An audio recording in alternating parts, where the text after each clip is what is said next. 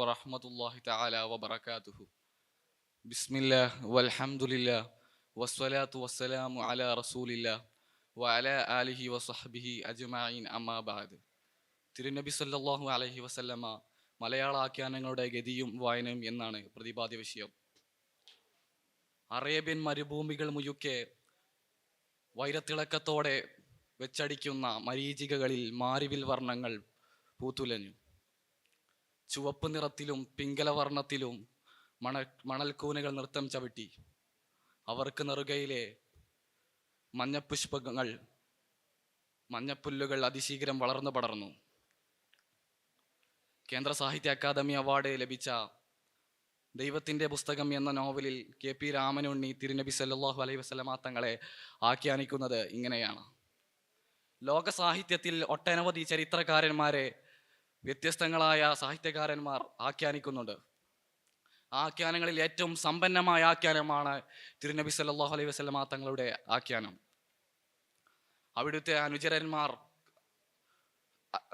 അനുചരന്മാരിൽ നിന്ന് ലഭിച്ച അറിവും ആശയവും പകർന്നുകൊണ്ട് ലോകത്തിൻ്റെ വ്യത്യസ്ത ഭാഗങ്ങളിൽ സാഹിത്യകാരന്മാർ അവരുടേതായ ഭാഷയിൽ തിരുനബിയെ ആഖ്യാനിക്കുന്നു. ഈ ആഖ്യാന യാത്രയിൽ മലയാളത്തിൻ്റെ പ്രിയപ്പെട്ട സാഹിത്യകാരന്മാർ കൂടി കടന്നുപോയിട്ടുണ്ട്.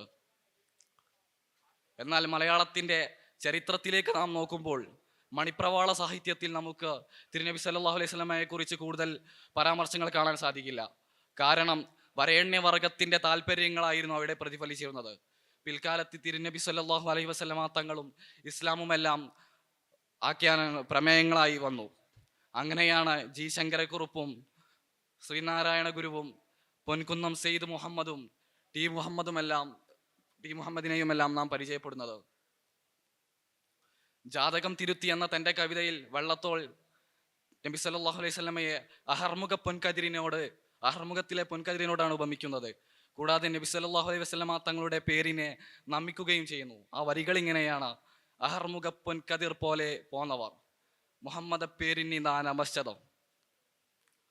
തൻ്റെ അള്ളാഹ് എന്ന കവിതയിൽ വള്ളത്തോൾ നബി സല്ലല്ലാഹു അലൈഹി വസല്ലമ തങ്ങൾ മക്കയിൽ നിന്നും മദീനയിലേക്ക് വരുന്നതിനിടെ പെടുന്നതിനെ ഒരു അപകടം സംഭവിക്കുകയും ആ അപകടത്തിൽ നിന്ന് നബി സല്ലല്ലാഹു അലൈഹി വസല്ലമ തങ്ങൾ അവിടുത്തെ സ്വത്തം കൊണ്ട് അതിനെ തരണം ചെയ്യുന്നു, അതിനെ ചരിത്രവൽക്കരിക്കുന്നുണ്ട്.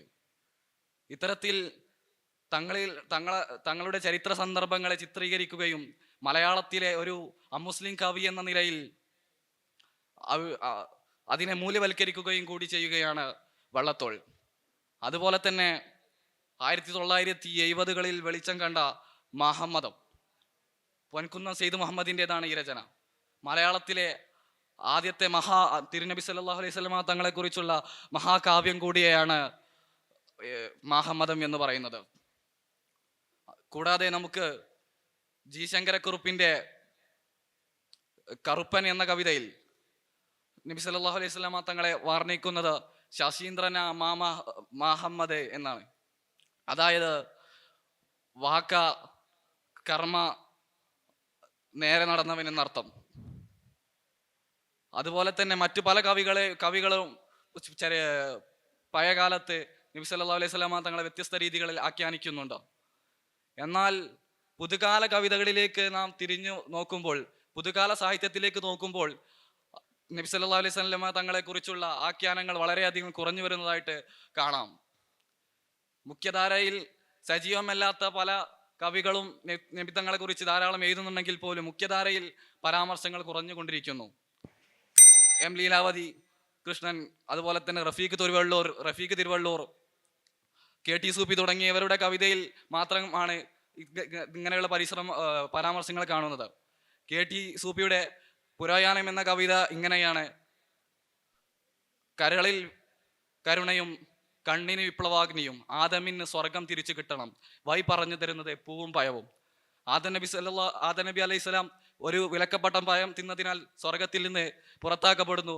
അതിനെ തുടർന്ന് പിന്നീട് ആദം അലൈഹി സ്വലാമിന് സ്വർഗത്തിലേക്ക് തിരിച്ചു പോകാനുള്ള വഴി പൂവായ നബി സല്ലല്ലാഹു അലൈഹി വസല്ലമ തങ്ങളാണ് എന്നാണ് അവിടെ കവി പറഞ്ഞു വെക്കുന്നത്. ഇനി മലയാളത്തിൽ